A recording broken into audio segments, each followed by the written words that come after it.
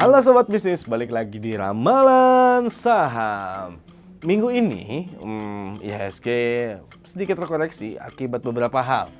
Salah satunya adalah aksi profit taking yang dilakukan oleh sejumlah investor setelah IHSG di minggu lalu atau pekan lalu mengalami peningkatan yang cukup signifikan, penguatan yang cukup signifikan, sehingga minggu ini beberapa investor mengambil aksi untuk profit taking. Nah, selain profit taking, ada juga isu yang mempengaruhi memerahnya IHSG, yaitu adalah perang antara Ukraina dan juga Rusia. Nah, perang Ukraina dan Rusia kalau kemarin kan karena perangnya jadi tertekan, kalau sekarang karena gencatan senjatanya. Ukraina dan Rusia bersepakat untuk gencatan senjata. Hal ini membuat sejumlah harga komoditas seperti batu bara dan juga minyak mentah mengalami penurunan.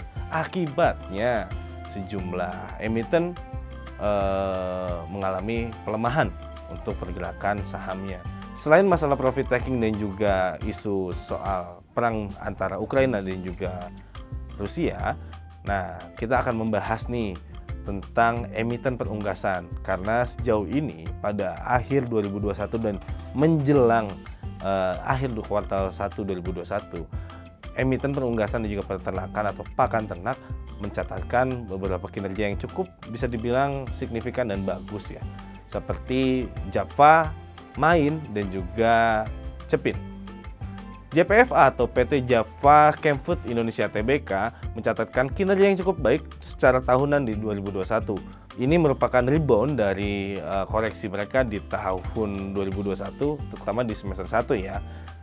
Nah, JPFA mencatatkan pertumbuhan laba tahun berjalan sekitar 74,39%, atau kira-kira sekarang laba tahun berjalan mereka berada di angka 2,13 triliun rupiah.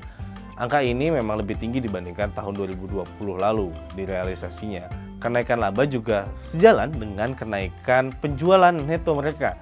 Tercatat penjualan neto mereka naik sekitar 21% dibandingkan tahun 2020. Pun dengan penjualan domestik mereka pun mengalami kenaikan dan juga ekspornya juga mengalami kenaikan. Sesuai dengan supply demand, ada permintaan juga ada harga. Nah, kenaikan ini juga membuat beban dari JPFA naik untuk memenuhi pakan ternak mereka. Nih, kalau saya baca ya dari catatan bisnis, sekitar 24,8% naiknya untuk beban pokok dari JPFA di tahun 2021 dibandingkan 2020.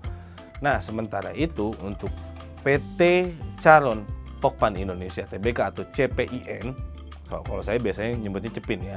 Nah, kalau Cepin sendiri juga mencatatkan pertumbuhan laba di tahun 2021. Kenaikan laba Cepin berada di angka 19,1% atau sekitar 30 triliun rupiah. Rata-rata penjualan mereka banyaknya dari ayam pedaging, dari telur dan juga pakan ternak, ayam olahan, dan ayam DOC atau ayam usia baru sehari. Nah, sementara itu di tengah pertumbuhan kinerja mereka yang cukup baik, ada masalah yang menghambat, yaitu yang tadi saya bilang masalah pakan ternak. Pakan ternak ini mengalami kenaikan akibat bahan bakunya, sehingga di tahun 2022 ini kemungkinan akan ada kenaikan beban pokok dari usaha mereka. Lalu bagaimana tiga emiten tersebut, yaitu JPFA, Cepin, dan juga Main, menjaga kinerja mereka supaya tetap bisa berjaya di tahun 2022? Nah, kayaknya kalau untuk membahas ketiganya, bagaimana kinerja dari Main, JPFA, dan juga Cepin, kita harus tanya ke analis supaya tahu secara fundamental dan juga teknikalnya. Mau tahu kayak gimana? Yuk ikutin saya. Net foreign sale untuk minggu ini, periode 7 hingga 11 Maret 2022.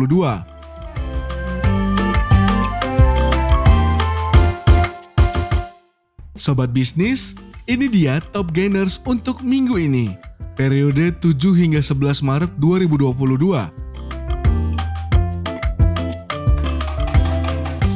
Kemudian, ini dia top losers untuk minggu ini, periode 7 hingga 11 Maret 2022.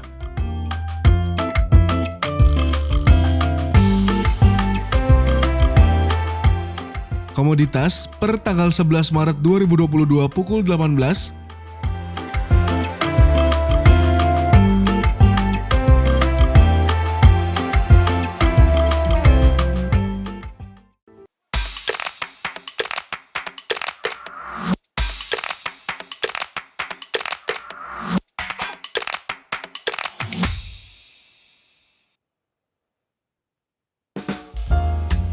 Nah, sobat bisnis, untuk membahas tentang Java dan juga Cepin, kita akan membedahnya bersama dengan salah satu analis Head of Equity Research dari PT Ekuator Suwana Sekuritas, yaitu Mas David Suyanto. Selamat pagi Mas David. Selamat pagi. Gimana kabarnya nih? Baik, sehat selalu. Alhamdulillah, mudah-mudahan sehat terus di tengah pandemi ini. Ya. Dan kayaknya bentar lagi mau jadi endemi, jadi kayaknya bisa beraktivitas dan mungkin IHSG juga bisa naiknya lebih dari sekarang ya. Amin ya, semoga kita bisa lebih akselerasinya untuk bisa aktivitas menjadi normal semakin cepat ya, karena saya di beberapa negara juga sudah mulai berani gitu. Oke. Mas, aku mau tanya-tanya sedikit nih soal kinerja dari Java dan juga Cepin. Kalau dari Mas sebagai analis sendiri melihat kinerja dari mereka sendiri, kan kemarin waktu di semester 1 2021 dua emiten perunggasan ini mengalami kontraksi, namun Java mencatatkan pertumbuhan pun juga dengan Cepin di akhir tahun. Sebenarnya apa sih yang menopang kedua emiten perunggasan ini, bahkan main juga sama ya, main juga cukup bagus waktu kemarin. Apa yang mendorong mereka bisa rebound di akhir tahun sampai awal tahun ini? Oke, ya saya rasa karena kalau misalnya saya lihat di sini memang prospek untuk untuk industri ternak itu semakin membaik ya. Karena kalau misalnya kita melihat saat ini kan ekonomi itu sudah mulai pulih ya, sudah mulai membaik. Terus kemudian juga tahun ini kan sepertinya kan tingkat konsumsi kan juga diprediksi akan meningkat. Kenapa akan meningkat? Karena gini, kita udah 2 tahun ini terhambat ya untuk konsumsi, terutama di saat Lebaran dan Idul Fitri, itu di mana 2 kali itu kan agak tercancel ya karena adanya PSBB dan lain-lain sebagainya. Kan, tapi seperti tahun ini kita cukup optimis karena begitu kita saat ini mengalami puncak Omikron saja, ya saat ini kan kita tengah di puncak Omikron ya, ternyata impact-nya ke dalam aktivitas masyarakat itu tidak terlalu berpengaruh. Nah ini akan menyebabkan berarti permintaan dari mungkin dari ternaknya sendiri itu juga akan membaik. Gitu. Jadi karena itu kita melihatnya memang adanya permintaan global, terus kemudian juga pemerintah juga cukup akomodatif katanya untuk bisa mendukung industri ini membaik. Nah ini akan membuat prospek dari emiten pakan ternak kita akan membaik. Oke. Kalau kita lihat kan sekarang di tengah naiknya kinerja mereka ini, ketiganya punya tekanan dari pakan ternak. Akibat bahan baku pakan ternak sendiri seperti jagung, kedelai, dan juga ada gandum itu tertekan akibat perang antara Ukraina dan Rusia. Nah, kira-kira prospeknya sendiri kalau dengan adanya beban produksi yang lebih besar, memang kemarin ada beban produksi meningkat karena memang jumlah produksinya pun meningkat dan permintaan meningkat. Nah, kalau sekarang dengan kondisi bukan karena jumlah permintaan, namun karena masalah geopolitikal, ini seperti apa, Mas? Ya, ini agak susah sebenarnya kalau kita melihat dari sisi geopolitikal ya, karena ini kan memang perang ini ternyata sangat mengganggu sekali terhadap harga komoditas. Bukan hanya di harga komoditas yang tadi di jagung dan gandum ya, tapi juga pengaruh juga ke bagaimana harga komoditas energi juga. Nah, balik lagi ke dalam salah satu kontributornya mereka, itu adalah harga dari komoditas seperti jagung, soybean, kemudian juga dari gandum sendiri, itu memang akan terdriven untuk meningkat cukup signifikan. Karena kita tahu sendiri Ukraina salah satu negara yang sedang mengalami konflik ini ya, itu kan merupakan lumbung gandum dunia dianggapnya. Ya. Karena saat ini seperti Indonesia saja itu sekitar 25% tuh kebutuhan dari gandumnya itu impor dari sana asalnya. Terus kemudian dengan soybean juga sama. Soybean saat ini kan juga sedang terjadi krisis untuk soybean untuk Indonesia ya, terutama disebabkan karena adanya peralihan pakan ternak di China kan. Maksudnya pakan ternak di China itu dialihkan dengan membeli soybean dari Amerika. Nah ini yang menjadi challenge tersendiri sebenarnya bagi sektor pakan ternak sendiri, karena kalau misalnya kita melihat dari Java, kemudian juga Cepin, kemudian juga Main, kan mayoritas pendapatan mereka itu kan didapatkan dari pakan ternak, terutama Main kan 62% dari pakan ternak, Kalau Java masih sekitar 36%. Kalau Cepin itu dari pakan ternak sendiri sekitar 47% gitu. Jadi masih mayoritas itu dari pakan ternak gitu. Jadi kalau harga pakan ternak sendiri bahan bakunya mengalami kenaikan yang signifikan, tentu akan menekan juga untuk margin mereka. Oke. Nah, kalau gitu kita coba tarik ke masalah kemarin yang sebelumnya. Sebelumnya kan mereka bisa berprestasi, bisa dibilang ya, bukan prestasi ya, naiklah kinerjanya kemarin karena ada salah satu kebijakan pemangkasan ayam broiler dan juga ada DOC yang dipangkas karena menjaga populasi, menjaga keseimbangan. Nah, sekarang kan dengan pasti produksi naik lagi, tapi kita belum tahu bagaimana dengan permintaan karena untuk keluar mungkin kita belum tahu apakah ekspor keluar kita akan lebih bagus daripada tahun lalu. Mungkin kalau untuk sekarang lebaran bisa meningkat. Perlu ada pemangkasan lagi nggak untuk menstabilkan ataupun menjaga penjualan ataupun lainnya? Saya rasa gini, ini kan jadi kan kalau pakan ternak ini pakannya sangat unik sekali ya, karena misalnya kita melihat dari struktur industri sendiri, itu harga dan untuk supply dari ayam broiler sendiri kan tergantung dari supply dari DOC-nya kan. Jadi salah satu cara yang paling mudah untuk misalnya menjaga itu semua adalah dengan mengurangi jumlah DOC yang masuk. Begitu jumlah DOC yang masuk itu mengalami penurunan, maka dalam 1 atau 2 tahun ke depan, maka jumlah ayam broiler kan juga akan mengalami penurunan. Itu yang harus dicegah supaya jangan oversupply. Tapi dalam hal ini sebenarnya masalahnya kan bukan di masalah oversupply, tapi lebih ke arah bahan baku untuk menjadi ayam broiler itu pakan ternak itu kan kemungkinan besar akan mengalami kenaikan yang signifikan. Nah, ini yang jadi masalah. Jadi kalau misalnya nanti dibilang solusinya adalah dengan memangkas dari jumlah DOC sendiri, saya rasa itu bukan menjadi solusi yang cukup bijak ya. Tapi karena dalam hal ini adalah memang mau tidak mau harga ayam sendiri juga diprediksikan akan naik dengan harga pakan ternak ini. Karena biaya produksinya itu loh Mas. Jadi solusi DOC itu adalah solusi untuk menurunkan supply-nya. Sedangkan dalam hal ini kan bukan supply-nya bermasalah, tapi lebih bermasalah ke arah biaya produksi untuk menjadi ayam itu supaya siap potong itu yang meningkat. Oke. Nah, Mas, kalau kita melihat dari sekarang kayaknya Lebaran udah mulai lah ibaratnya. Kalau dulu kan ketahan, berarti kan akan ada peningkatan penjualan, net salesnya akan naik. Kira-kira untuk sampai kuartal kedua tahun ini, prospek ketiganya akan seperti apa? Dan mungkin secara menyeluruh sampai akhir tahun 2022 seperti apa? Ya, saya rasa tekanan terlihat sekali ya. Kalau misalnya kita melihat di awal-awal Maret ini kan mereka masing-masing cukup tertekan ya. Bahkan mereka kayak Cepin itu kan sudah mulai menembus supportnya di area sekitar 6 ribuan, 5.700, 6 ribuan itu sudah mulai tembus ya. Hari ini kan perdagangan sudah diperdagangkan di kisaran 5.500-an. Terus kemudian dari Java sendiri juga masih mengalami tekanan yang cukup besar juga. Tapi Java saat ini belum menembus supportnya di level 1.500-an.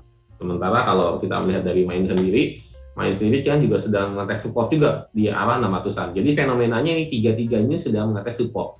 Nah, ini menjadi menarik adalah prospek kedepannya itu akan seperti apa. Kalau mereka masih bisa bertahan di area supportnya, nah itu akan menjadi kesempatan kita untuk bisa masuk di dalam sektor pakan ternak. Tapi biasanya sebuah industri yang saat ini sedang mengalami tekanan dari sisi biaya produksinya tentu akan mengalami koreksi juga gitu. Nah, dari yang ini saya akan merekomendasikan lebih ke arah mungkin kita bisa lakukan buy on weakness, karena bagaimanapun juga ini kan kita nggak tahu nih harga komoditas itu bisa soaring, bisa naik sampai seberapa jauh.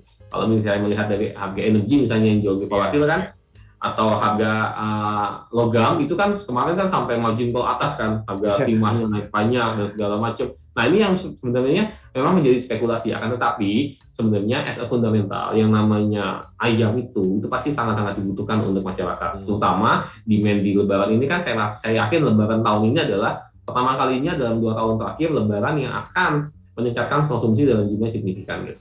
Karena sebelum-sebelumnya tuh konsumsi di bulan Ramadan dan juga di Lebaran itu nggak meningkat terlalu signifikan gitu.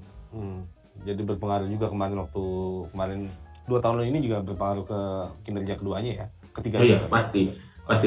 Cuman kan kemarin kan ekspektasinya kalau misalnya kita melihat dari chart-nya kan, itu kan ekspektasinya kan kemarin kan di tahun 2020, di tahun 2021 kan cukup mengalami kenaikan cukup signifikan. Kemudian di akhir tahun kan juga sebenarnya cukup naik, tapi begitu lepas dari Oktober sentimennya jadi mulai turun untuk di mereka gitu, karena ada yang kenaikan harga bahan bakunya itu yang jadi sedikit menekan mereka gitu. Tapi kalau dibilang potensi ya masih sangat-sangat potensi. Kalau koreksinya sampai ke berapa, saya rasa jauh ya kalau misalnya koreksinya sampai katakanlah untuk cepin di bawah 5.000 itu merupakan time to buy juga sih untuk cepin. Kalau support resisten ketiganya berapa, Mas? Oke, kalau resisten, kalau kita bicara resisten di sini sebenarnya kalau untuk cepin sendiri ya jam jangka dekat itu ada di kisaran 6.000 untuk cepin untuk dia punya resisten. Sementara untuk Japa sendiri resistennya itu ada di kisaran 1.800-an. Dan lain itu untuk resistennya sendiri ada di kisaran 750-an. Oke, baik. Itu untuk yang jangka pendeknya. Oke, siap. Nah, itu tadi Sobat Bisnis, perbincangan kami dengan Mas David Suryanto soal bagaimana kinerja dari emiten pakan ternak dan juga penugasan. Mudah-mudahan ini bisa menjadi sebuah insight juga buat teman-teman. Tapi ingat bahwa yang kita bicarakan bukan merekomendasikan, tetapi memberikan sebuah pandangan. Dan kalau nanti mau berinvestasi, tetap harus membaca literasinya dan juga keputusan ada di tangan Sobat Bisnis sendiri. Baik Sobat Bisnis. Perhatian! Rekomendasi apapun yang terkandung dalam video ini mungkin tidak cocok untuk semua investor dan tidak boleh digunakan sebagai penilaian tunggal untuk investasi. Terlebih lagi, konten ini tidak bermaksud untuk menggiring Anda untuk berinvestasi pada salah satu emiten. Perbanyak referensi, selamat berinvestasi.